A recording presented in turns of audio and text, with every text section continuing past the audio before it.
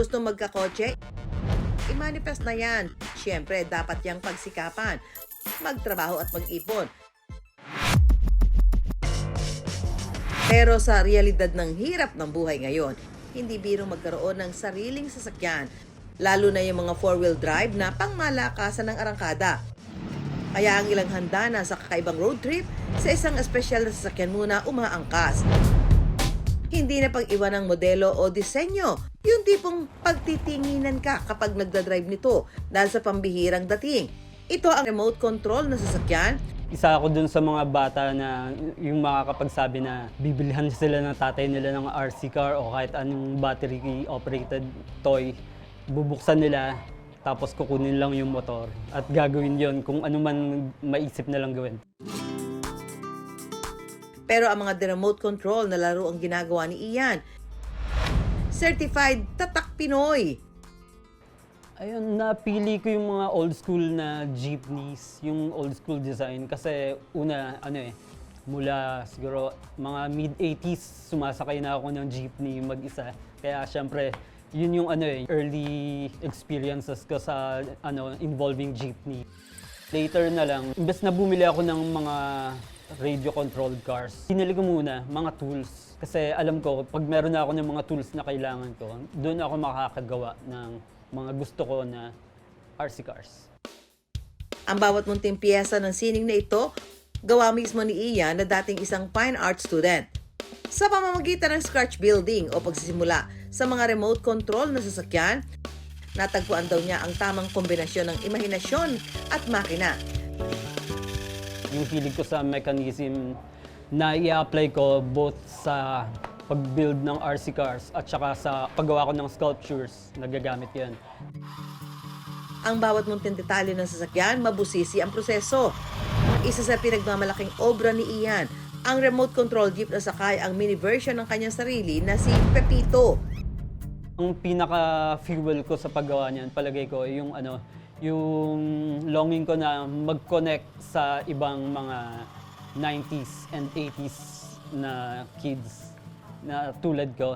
Na kasi kung titingnan niyo si Pepito, ganyan ko na-imagine yung itsura ko nung bata pa ako.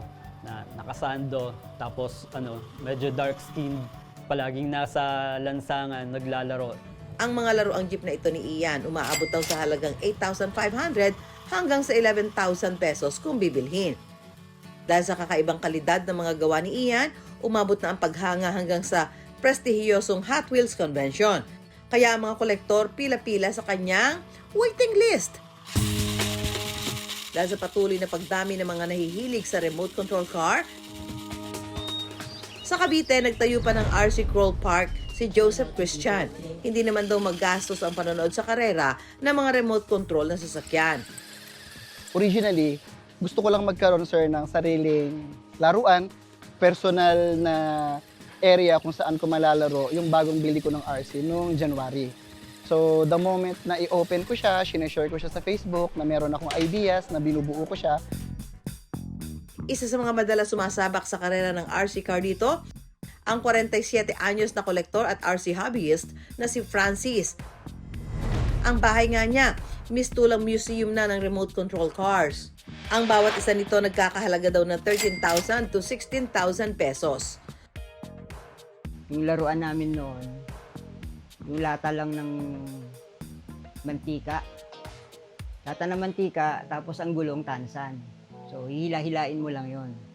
So, doon nagumpisa yung pagkahilig ko sa kotse-kotsihan.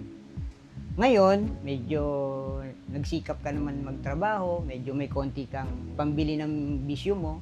Mababaw, malalim, matayog na pangarap. Gusto nating matupad. Quick trivia lang mga ka-wonder, alam niyo ba na mga munting sasakyang ito may humarurot na mahaba at makulay na kasaysayang mula pa sa Amerika at Japan. Bago tuluyang pumarada at nagkaroon ng mga kolektor dito sa Pilipinas, nagsimula ang maliliit na sasakyang ito noong dekada 60 bilang mamahaling laruan na kontrolado ng radio waves. Medyo matagal na po yung history ng RC, so siguro mga 80s. Alam ko nga mas maaga pa, pero alam mga kwento na binibigay sa akin is na from 80s to 90s, may crowd na po talaga ng RC dito sa Pilipinas. Ngayong araw, si Pepito sakay ng jeep ni Ian, may ka-meet up sa Tarlac para sa isang kakaibang adventure. Ang gurong si Alvin bumili ng isang remote control car sa halagang 30,000 pesos. Tinawag niya itong Dash. Si Dash, hindi lang daw basta umaarangkada mag-isa sa kalsada. Kaya rin daw itong mautusan. LB by Longwood and Canada.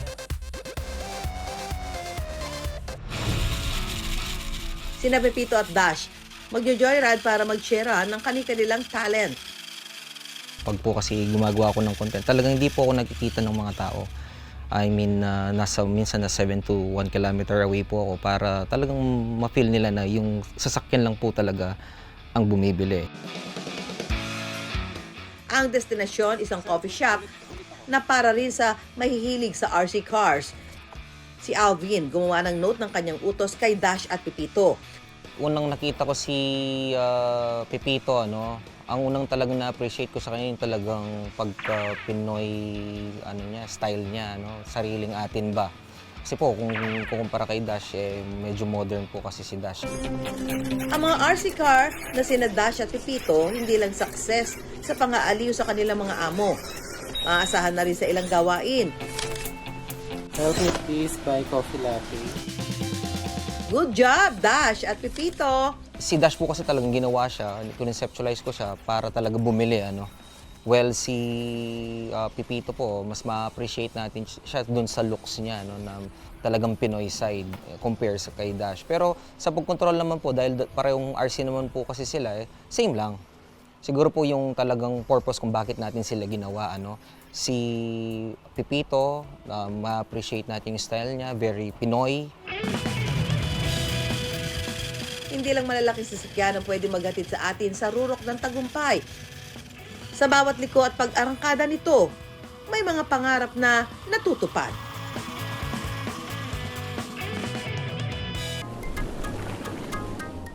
Tuloy-tuloy pa rin ang paggulong ng ating mga kwento. Ang susunod nating trip, Lakwachang Malacruz ang dating.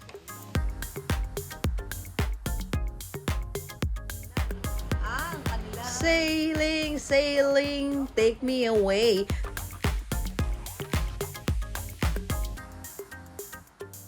Pero ang barkong aking sasakyan sa ibang karagatan pala naglalayag. Sa alo ng mga kabahayan sa Nabotas. Wow! Kasi bakit may barko dito? Ano ba to? Ano ba to? Restaurant? Siyempre, nagtaka ako bakit naandun. Naku, nakakaaliw naman yun. Very unique. Karaniwan, sa pelikula lang natin nakikita yan eh. O sa mga special effects. Ito ang MS Noah. Barkong-barko ang itsura. Pero isa itong restaurant at events place. Paandar ito ng pamilya ng kahuander nating si Isaac. Ang building talaga na ito, hugis barko lang siya, pero actually, hindi siya tunay na barko. Pero yung techniques tsaka yung materials na ginamit, pang barko talaga. Ang perfect endorser daw ng kanilang barkong paandar, tubig baha mismo. Isang beses may nag-post na picturean, na tsempuhan, may baha sa baba. Nag-viral naman ngayon kasi bakit daw may barko nakatabi ng mga bahay? Naging blessing din in a way na tumbok siya kasi nagawa namin siya ng hugis na barko. Na yung place na walang may gusto dati, biglang ngayon, tinitignan na ng lahat yung lokasyon. Tulad sa isang cruise, all-in ang mga pwedeng gawin. Ang aking unang stop, spa. O, diba, kita mo naman itong na to, yung cruise. Hindi pa ako nagtatanong, talagang may ino-offer na. Hindi, actually, pagka nag-cruise kayo, talagang kasama yan sa mga, meron sa mga barko. Yung, kasi gusto mo talaga magbakasyon, mag-relax. So, meron silang spa. Ay, hindi mo na ako magpapamasahe kasi pag nagpamasahe, baka antukin tayo. Ano mo naman tayo? Nail art. Pati Manny and Pedi may paandar. Pasample naman ng nauusong cat eye design.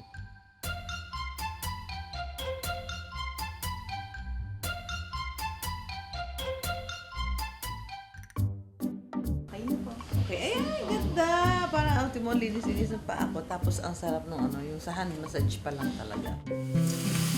May masahe at sauna din.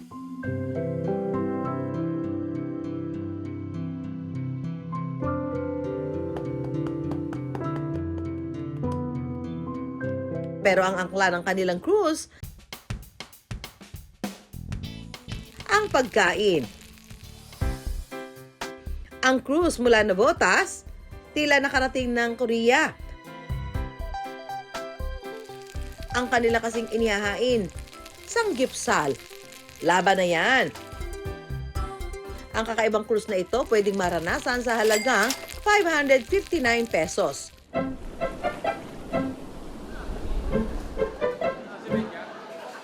Pero si Empoy sa seafood daw natakam kaya dumaan muna ng fishport para mamili.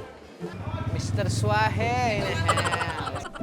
Para mas cruising ang vibe habang lumalapang, pinayagan kami ni Isaac na magbitbit ng konting seafoods na aming iluluto at pagsasaluhan. Dahil sharing is giving, ipatitikim namin ang aming baon sa kasama kong Korean lookalike at magjowa na bisita ng MS NOAA. Ehem. Kung ikaw si Jungkook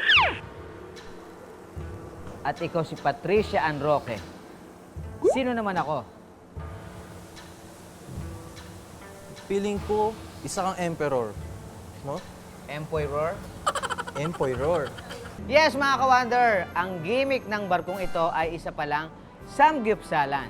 At dahil nandito tayo ngayon sa Navotas, may dala-dala tayong galing fresh from Navotas na mga seafoods.